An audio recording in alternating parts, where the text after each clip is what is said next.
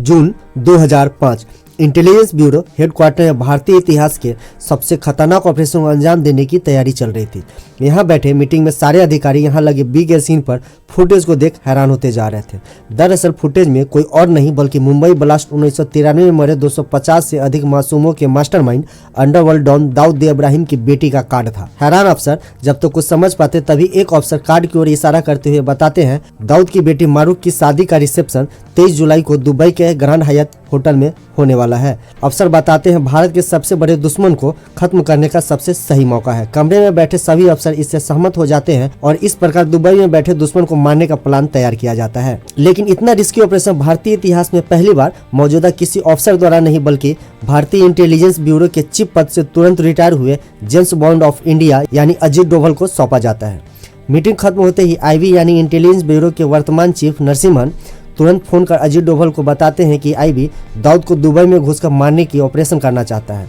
आप 1993 से दाऊद को ट्रैक कर रहे हैं, सो आपसे बेहतर इस काम के लिए कोई और हो ही नहीं सकता। बस ये ऑपरेशन ऑफ द बुक रखना होगा। अजीत डोभाल को सब कुछ समझते देर नहीं लगता और इसी वक्त से आईबी रिटायर्ड चीफ भारत के सबसे बड़े दुश्मन को मारने की जिम्मेदारी ले लेते हैं। अब डोभाल जासूसी की दुनिया के तजुर्बे का इस्तेमाल कर विकल्प ढूंढने लगते हैं। कुछ समय बाद डोभाल नेपाल के पहाड़ी गांव में एक फोन मिलाते हैं, तभी वहां के गांव में हलचल की प्रक्रिया शुरू हो जाती है। उस गांव के दो व्यक्ति दरअसल तुरंत फोन आने के बाद कोलकाता को रवाना होने के लिए टैक्सी बुक करते हैं और फिर कोलकाता पहुंच जाते हैं। कोलकाता पहुंचने के बाद फिर वो दिल्ली पहुंचते हैं। दिल्ली पहुंचने के बाद ये दोनों किसी और से नहीं बल्कि अजीत डोभाल से मिलने जाते हैं। ये दोनों कोई और नहीं बल्कि दाऊद को मारने के लिए अजीत डोभाल ने ही बुलाए थे। दोस्तों, ताज्जुब की बात यह है कि ये कोई अफसर नहीं बल्कि भारत से भागे कुख्यात गैंगस्टर थे, विक्की मल्होत्रा और फरीद तानाशाह। आखिर इन दोनों को सलाखों के पीछे डालने वाले डोभाल आज खुद इन दोनों के साथ हाथ मिला लेते हैं। ये जानने के लिए हमें दाऊद को गैंगस्टर बनने की कहानी जानी होगी। 1955 में महाराष्ट्र के कोंकण इलाके में दाऊद इब्राहिम तस्कर का जन्म होता है। दाऊद बचपन से ही छोटी मोटी चोरी चकारी करने लगा था। 1970 तक उसका क्राइम की दुनिया में इतना इंटरेस्ट बढ़ गया था कि वो बासु दादा नाम के बंदे के साथ गैंग से जुड़ जाता है। कुछ समय बाद अंडरवर्ल्ड की दुनिया को समझने के बाद 1970 के अंत तक दाऊद अपने भाई साबिर इब्राहिम तस्कर के साथ मिलकर डी कंपनी गैंग बना लेता है। डी कंपनी शुरुआती दिनों से ही बड़े बड़े कलाकारों से वसूली, गुजरात के जरिए मुंबई से गोल्ड स्मगलिंग और पाकिस्तान से हीरोइन जैसे ड्रग्स का नशा मुंबई की गलियों गलियों तक पहुंचाने लगा था। और ऐसे डी कंपनी देखते ही देखते अंडरवर्ल्ड की दुनिया में मजबूत पकड़ बना लेती है। ये बात उस समय के खतरनाक डॉन करीम लाला को हरगिज हजम नहीं हुई।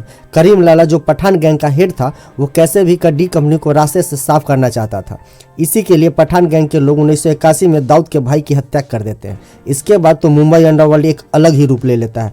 दाऊद अब कैसे भी कर पठान गैंग का खात्मा चाहता है, वही दूसरी तरफ पठान गैंग भी डी कंपनी का खात्मा चाहता है। आपको बता दें, ये दौर मुंबई का सबसे खूनी दौर चल रहा था। तभी एक राजेंद्र निकलजे नाम का शख्स दाऊद के गैंग से जुड़ जाता है। कुछ समय बीतने के बाद साल आता है 1986। 1986 में दाऊद समाद खान जो पठान गैंग से जुड़ा होता है उसे मार गिराता है, जिस कारण मुंबई पुलिस हाथ धोकर उसके पीछे पड़ जाती है। इसी कारण दाऊद मुंबई छोड़ दुबई भाग जाता है। अब राजेंद्र सारे काम को संभालने लगता है और ईमानदारी के चलते दाऊद का राइट हैंड बन जाता है। इस समय राजेंद्र को छोटा राजन कहा जाने लगा था। छोटा राजन डी कंपनी को जमीन से आसमानों की ऊंचाइयों तक ले जा चुका था। लेकिन इस डी कंपनी का एक और गैंगस्टर शाकिल भी दाऊद का सबसे करीबी बनता जा रहा था। अब तो छोटा राजन और शाकिल के बीच दुश्मनी बढ़ते जा रही थी, मानो दोनों का एक ही टारगेट हो दाऊद। मानो रेस चल रही थी, दोनों में से कौन दाऊद का सबसे करीबी बन पाता है। इसी बीच शाकिल छोटा राजन पर 1970 में हमला करवा देता है। तब भी दाऊद शाकिल को अपना करीबी बनाकर रखता है। इसी कारण अब दाऊद और छोटा राजन के बीच दूरियां बढ़ने लगी। फाइनली 1993 में पाकिस्तान के साथ मिलकर दाऊद मुंबई में बम धमाके करवाता है। इसके बाद छोटा राजन और दाऊद के बीच दूरियां बढ़ने लगती है। छोटा राजन दाऊद को देश का गद्दार और आतंकवादी घोषित कर देता है और खुद को उससे अलग कर लेता है। साथ ही वे ऐलान करता है कि मुंबई में बम धमाके का बदला दाऊद को मारकर वो जरूर लेगा। इस वक्त से दोनों एक दूसरे का जानी दुश्मन बन चुका था। साल 2000 में दाऊद के आदमी बैंकॉक में छोटा राजन पर जानलेवा हमला करवा देते हैं। छोटा राजन इस हमले में बच तो जाता है, लेकिन उसकी जिंदगी का एक ही मकसद हो जाता है, दाऊद को मारना। कहते हैं ना, दुश्मन का दुश्मन दोस्त होता है। डोभाल बस इसी का फायदा उठाना चाहते थे। डोभाल उन दिनों किसी और को नहीं बल्कि छोटा राजन को ही फोन किए थे। छोटा राजन तुरंत अपने दो शूटर्स को दाऊद को मारने की बात सुन दिल्ली भिजवा देता है। यहाँ डोभाल दोहरी चाल खेलते हैं। एक तो सूडान के पासपोर्ट पर दुबई भेजना, जिससे भारत सरकार पर कोई भी शक की सुई न घूमे। दूसरी तरफ गैंगस्टर द्वारा दूसरे गैंगस्टर को मारना, इससे दुनिया को दो गैंग के बीच की दुश्मनी लगेगी। अब साल आता है 1 जुलाई 2005। डोवल इन दोनों 7 शूटर्स को एक सीक्रेट जगह पर ले जाते हैं। यहाँ शूटर्स को सब कुछ बताया जाता है। 23 जुलाई को दुबई में ग्रैंड हायट होटल में दाऊद की बेटी का रिसेप्शन है। तुम दोनों को सूडान का नागरिक बनकर वहां भेजा जाना है। तुम्हें इस होटल के सामने वाले बिल्डिंग से क्लियर शॉट मिल जाएगा, पर याद रहे एक बार दाऊद अगर होटल में घुस जाएगा तो तुम सब उसका बाल विवाह का नहीं कर पाओगे, इसलिए तुम्हें दाऊद को मेन गेट पर ही मार गिराना होगा। सब समझाने के बाद 3 हफ्ते की शूटर्स को ट्रेनिंग दी जाती है। उन्हें होटल का नक्शा समझाया जाता है, स्नाइपर से निशाने लगाने की ट्रेनिंग दी जाती है और दाऊद को मारने के बाद वहां से निकलने का रास्ता समझाया जाता है। यहाँ शूटर्स द्वारा दाऊद को मारने की पूरी तैयारी चल रही थी और उधर दिल्ली से 1300 किलोमीटर दूर मुंबई में कुछ ऐसा घट रहा था जो ऑपरेशन को मिट्टी में मिलाने के लिए काफी था, जिसका अंदाजा डोवल को भी नहीं था। मुंबई क्राइम ब्रांच के सर्वेलेंस रूम में अलग उथल पुथल मची हुई थी। यहाँ के अफसर एक कॉल रिकॉर्डिंग को बार बार सुने जा रहे थे और आखिरकार उन्होंने उस कॉल रिकॉर्डिंग की आवाज को आज जाके पहचान ही ली थी। जैसे ही उन्होंने यह आवाज पहचानी तो उसके पैरों तले जमीन खिसक गई थी और उन्हें तुरंत अपने आला अधिकारी आईपीएस मीरा बुरवंकर को फोन कर बताना पड़ा था सर्वेलेंस रूम में आने के लिए और उन्हें एक जरूरी बात बताना है। मीरा बुरवंकर जब भी ऑफिस में आती है, ऑफिसर बताते हैं, मैडम इस कॉल रिकॉर्डिंग में जो 3 लोग बात कर रहे हैं इसमें से 2 तो वांटेड गैंगस्टर बीके मल्होत्रा और फरीद तानाशाह है, तीसरे की आवाज हमारे किसी डाटाबेस से मैच नहीं करती है और मुंबई क्राइम ब्रांच इन दोनों को कई महीनों से ढूंढ रही थी। इसलिए आज इनकी खबर मिलते ही इन दोनों के बारे में मीरा पूछती है और क्या पता चला है। इस पर ऑफिसर बताते हैं ये दोनों नेपाल से कोलकाता के रास्ते दिल्ली आए हैं। इनके रिकॉर्डिंग से लग रहा है कि ये दोनों किसी व्यापारी या किसी नेता का खून करने आए हैं। इतना सुन आईपीएस मीरा के पैरों तले जमीन खिसक जाती है और मीरा तुरंत अपनी बेस्ट ऑफिसर की टीम को बुलाती है। काफी देर मीटिंग करने के बाद निर्णय लिया जाता है कि इन दोनों को दिल्ली से गिरफ्तार कर मुंबई लाया जाएगा। इस ऑपरेशन की पूरी जिम्मेदारी डीसीपी धनंजय कमालकर को दी जाती है और ऑपरेशन का नाम दिया जाता है ऑपरेशन एक्स। अब देखने की बात यह थी कि मुंबई पुलिस को डोवल की चतुराई के आगे घुटने टेकने पड़ते हैं या डोवल को मात का सामना करना पड़ता है। समय आता है 18 जुलाई 2005। दिल्ली के लुटेंस इलाके में स्थित एक 5 स्टार होटल में डोवल और दोनों शूटर्स के बीच फाइनल मीटिंग चल रही थी। उधर पाकिस्तान में बैठा दाऊद दुबई जाने के लिए तैयार बैठा था। डोवल और दोनों शूटर्स के बीच फाइनल मीटिंग के बाद डोवल की ये दोनों दोबारा कभी शक्ल नहीं देखने वाले थे।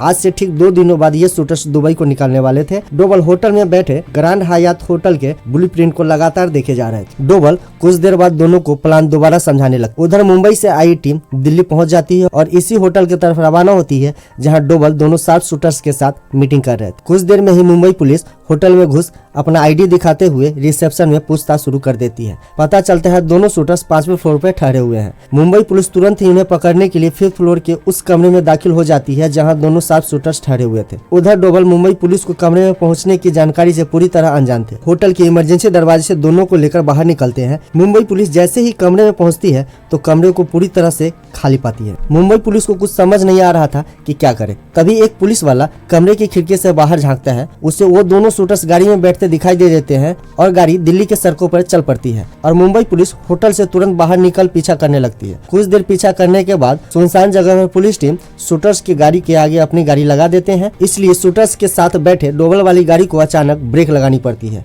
कोई कुछ समझ पाता है इससे पहले मुंबई पुलिस ऑपरेशन को अंजाम देने के लिए डोवल वाली गाड़ी को चारों ओर से घेर लेते हैं। डोवल को तुरंत समझते देर नहीं लगता कि कुछ तो गड़बड़ है। डोवल दोनों को गाड़ी में बैठे रहने का इशारा कर डोवल खुद गाड़ी से बाहर उतरते हैं। डोवल उन दिनों आज की तरह फेमस नहीं थे क्योंकि वो ताजा ताजा जासूसी की दुनिया से बाहर निकले थे। मुंबई पुलिस डोवल से गुस्से में पूछताछ करना शुरू करती है। डोवल अपनी जगह से बिना हिले चश्मे को ठीक कर लेते हैं और वे बताते हैं मैं रिटायर्ड आईबी चीफ हूँ। ये सुनते ही मुंबई पुलिस थोड़ा शांत हो जाती है। मुंबई पुलिस बताती है गाड़ी में बैठे दोनों आदमी वांटेड गैंगस्टर है, इसलिए हम उन्हें गिरफ्तार करने आए हैं। इस पर डोवल बताते हैं ये एक सीक्रेट मिशन का पार्ट है, आप मेरे अपने सीनियर ऑफिसर से बात करवाओ। फिर मीरा और डोवल की बात कराई जाती है और डोवल उन्हें सारी बात बताते हैं। आईपीएस मीरा बुरवंकर पहले तो यह बात मानने को तैयार नहीं होती कि इतना सीनियर ऑफिसर वांटेड गैंगस्टर के साथ क्या कर रहा है। ये पक्का झूठ बोल रहा है, ये आईबी चीफ हो ही नहीं सकता। इसलिए डोवल से मुंबई पुलिस के बेसमेंट का नाम पूछती है और डोवल तुरंत बता देते हैं। मीरा को अभी विश्वास नहीं हो रहा था,